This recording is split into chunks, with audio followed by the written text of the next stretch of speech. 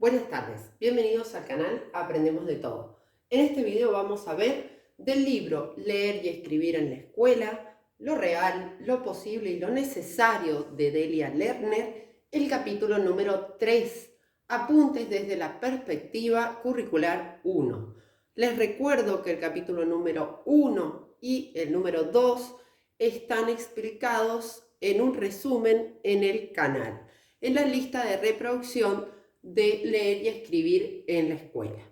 Bien, ¿cómo me organizo para explicar este capítulo? Lo que hago es dividirlo por los apartados que posee el texto para poder orientar la lectura si ustedes hacen el seguimiento. Bien, recuerden también que en este resumen voy relacionando conceptos del propio libro y de educación. Comenzamos con la presentación, donde ella va a resumir los 3 problemas o ideas de la perspectiva curricular, ¿sí? Le vamos a llamar ideas de la perspectiva curricular. En primer lugar, ella dice lo siguiente: los problemas de producción curricular son problemas didácticos que la didáctica de la lengua puede contribuir a resolver. Los problemas de producción curricular son problemas didácticos que la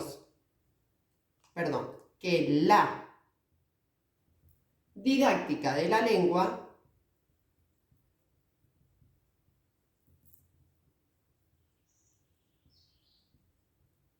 puede contribuir a resolver.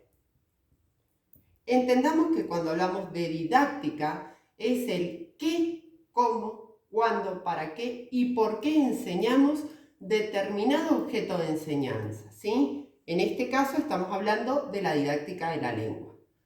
2. Una transformación didáctica tiene que tener en cuenta la naturaleza de la institución y cómo llevar la propuesta a la práctica. Ahí está hablando de contexto, ¿no? Muchas veces en el currículum tenemos la misma propuesta para diferentes escuelas y a su vez, cuando la llevamos a la práctica, también sufre modificaciones. Una transformación didáctica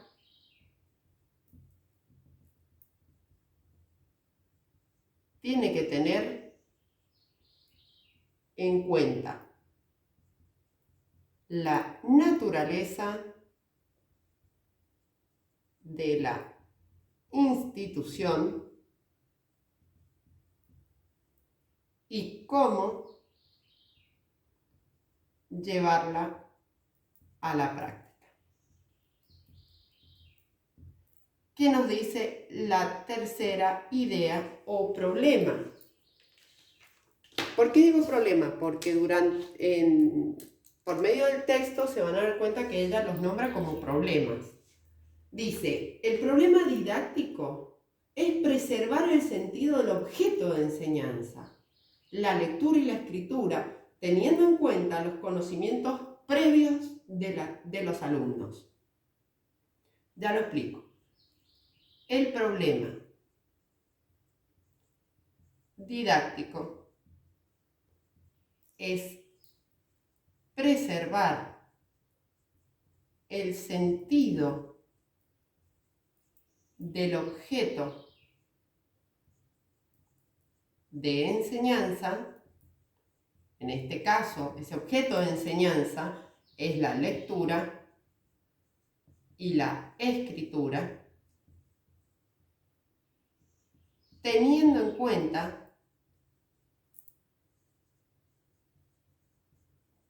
los conocimientos previos de los alumnos. Bien, ¿qué nos quiere decir? No es solamente la transposición didáctica que hace el docente, ¿sí?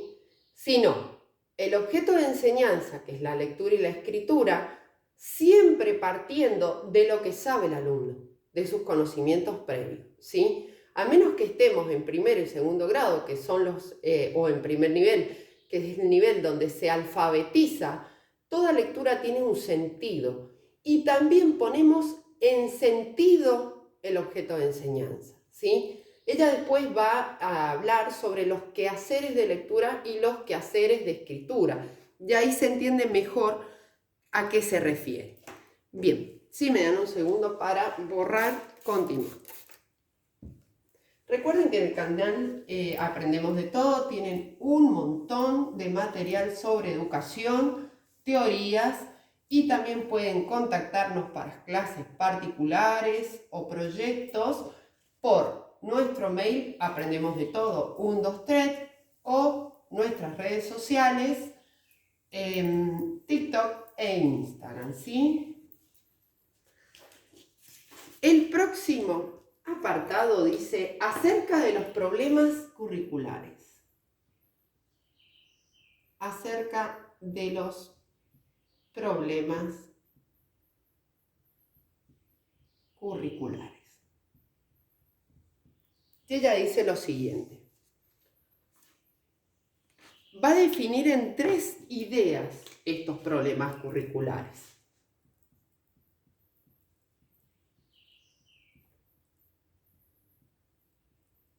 Mis suscriptores saben que todo lo hago en mapa conceptual. El primero, adquieren un carácter de orden. Adquieren un carácter de orden. ¿A qué se refiere? Que el currículum muchas veces está tomado como algo rígido, algo estructurado, una orden directa, ¿sí? Recuerden que hoy día se habla de flexibilidad curricular, ¿sí? Y de apertura curricular. Entonces el docente puede adaptar ese currículum e irse más adelante en el contenido o más atrás y ser más complejo, ¿sí? No está tan cerrado. Bien. Otra idea o problema. Se presentan propuestas que se realizan en diversas instituciones. Preguntarse por su validez. Volvemos a lo que decía recién. ¿Es válido la misma propuesta en una escuela rural que en una escuela urbana? ¿Poseen los mismos recursos ambas escuelas para trabajar? Por ejemplo, la diversidad de texto, los materiales para leer, para escribir, etc. Se presentan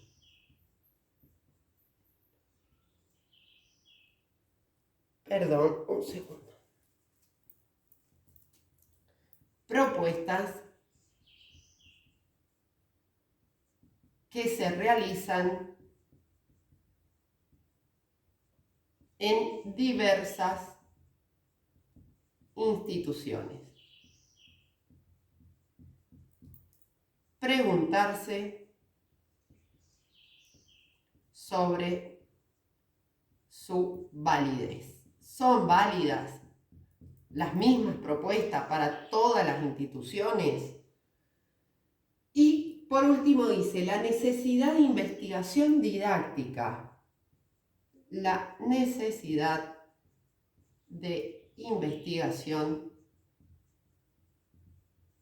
didáctica.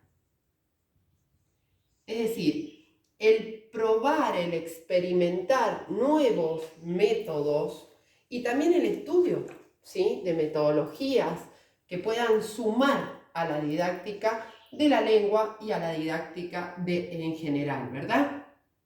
Entonces, después especifica nuestros problemas, dice, y ya da la perspectiva o la opinión personal de Lea Lerner sobre estos problemas. Dentro del mismo apartado, ¿verdad? Y dice lo siguiente.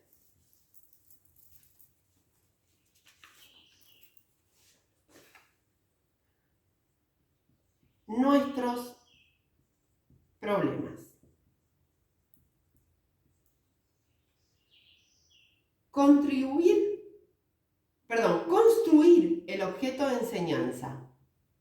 Construir el objeto de enseñanza. ¿Qué es ese objeto de enseñanza para ella? La lectura y la escritura. ¿Cómo se va a construir ese objeto? 1. Seleccionar los contenidos. Esto puede causar deformación del objeto, por lo que es fundamental la vigilancia. Ahí está tomando un término de Yves Chevallar sobre la vigilancia epistemológica. ¿Qué significa esto? Cuando tomamos un saber erudito, ¿sí? Desde que lo tomamos como saber científico hasta que es enseñado, va sufriendo transformaciones, ¿sí?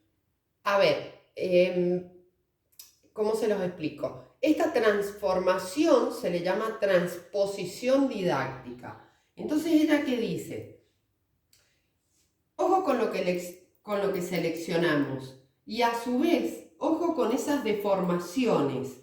¿Por qué? Porque ahí es donde entra la vigilancia epistemológica. Es decir, ¿qué es esa vigilancia? Las personas que vigilan que el objeto de enseñanza no se transforme cuando es enseñado, ¿sí?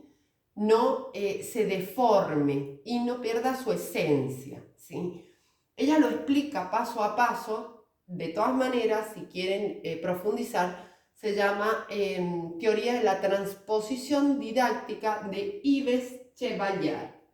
Chevallar, con doble L. Bien, dice 1, dijimos. Seleccionar los contenidos. Esto puede causar deformaciones del objeto, por lo que es fundamental la vigilancia. Recuerden que es vigilancia epistemológica. Segundo, para construir ese objeto de enseñanza, el propósito es formar a los alumnos como ciudadanos de la cultura escrita. Fíjense ahí que puntual. El propósito es formar ciudadanos de la cultura escrita. Es decir, no solamente lectores y escritores, sino personas críticas y reflexivas de lo que se lee o de lo que se escribe. Y en último lugar, dice, siendo el objeto de enseñanza las prácticas sociales de lectura y escritura, se corre el riesgo de la simplificación del conocimiento. Lo copio y después se los explico puntualmente a qué se refiere ella. Creo que hasta aquí me quedo sin pisar. Dice, siendo el objeto de enseñanza las prácticas sociales de lectura y escritura. A ver, ¿por qué dice se corre el riesgo de simplificación? Porque muchas veces tomamos una lectura para enseñar sustantivos, para enseñar adjetivos y empezamos a descomponer la lectura, que la mayúscula, que el punto aparte, que la coma. A ver, entonces ya el objeto de enseñanza está variando. Si me centro en la ortografía, ¿sí? O la puntuación gramatical es una cosa. Ahora, si mi objeto de enseñanza es la lectura y la escritura, no lo estoy haciendo bien. ¿Me entienden? No simplificar, no irnos variando de objeto de enseñanza. Y además, utilizar lecturas para la ortografía y utilizar lectura para leer y escribir, que no es lo mismo, ¿sí? El objeto de enseñanza está cambiando.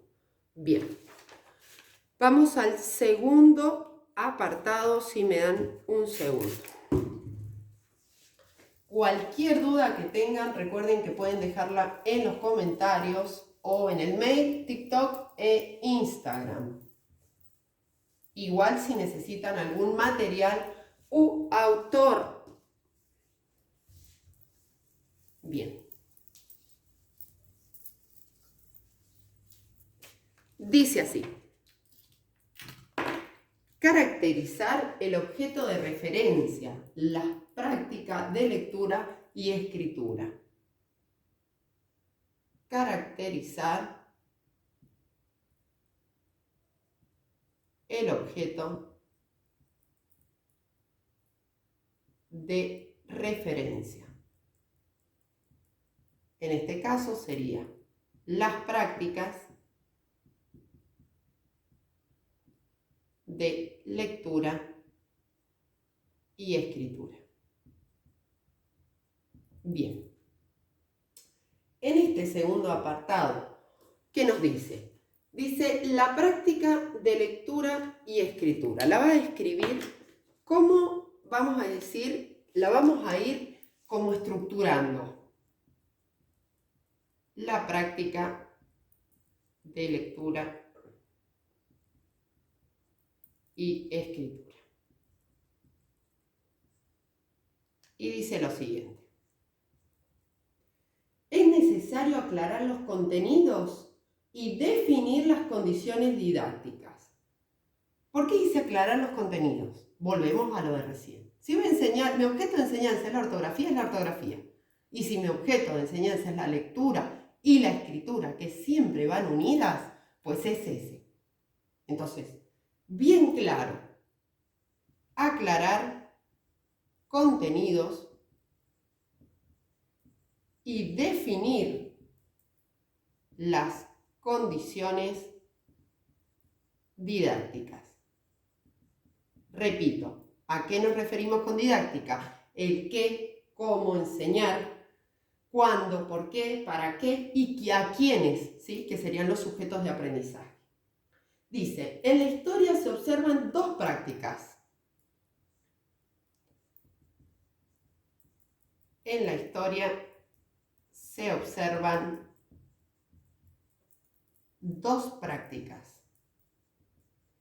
Y acá va a diferenciar la práctica intensiva y la extensiva. ¿A qué se refiere práctica intensiva? Se leían pocos textos de manera intensa. Y en la extensiva se leían una gran variedad de textos y era muy difícil controlar esas lecturas. Entonces dice, ¿cómo mejoro estas prácticas de lectura y escritura? Pues bien, dice, las prácticas desde el diseño curricular deben mejorarse. Mejorar las prácticas desde el diseño curricular. Bien, vamos al tercer apartado. El tercer apartado es un poquito más extenso.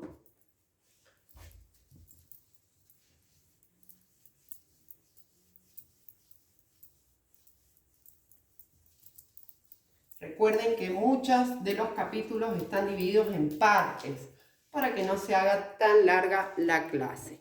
Dice así, explicitar contenidos involucrados en las prácticas. Tercer apartado. Explicitar contenidos involucrados en las prácticas. ¿A qué me refiero con explicitar o explícito? significa aclarar, algo directo y claro. Y ella expone una frase que siempre se repite en las escuelas, que dice: se aprende a leer leyendo, se aprende a escribir escribiendo. Es una frase muy famosa que se repite en las escuelas. Sin embargo, dice: el objetivo es instalar prácticas de la lectura y la escritura como objeto de enseñanza, pero no es suficiente. Se debe esclarecer qué es lo que se aprende cuando se lee o se escribe y qué contenido están enseñando, ¿sí? Vuelve a puntualizar en eso. Los contenidos fundamentales son los quehaceres del lector y los quehaceres del escritor. Contenidos fundamentales. Quehaceres del lector y los quehaceres del escritor. Bien, continuamos en el próximo parte. Esta sería la parte 1. Cortamos y vamos a hacer una parte 2 a continuación para desarrollar cada uno de esos quehaceres del lector y del escritor, y vamos a dar ejemplos para que puedan llevar a la práctica esta teoría. Bien, si te gustó, regálame un me gusta, suscríbete y comparte. Si tienes cualquier duda, puedes dejarla en los comentarios. Recuerda que este video tendrá una parte número 2. Gracias.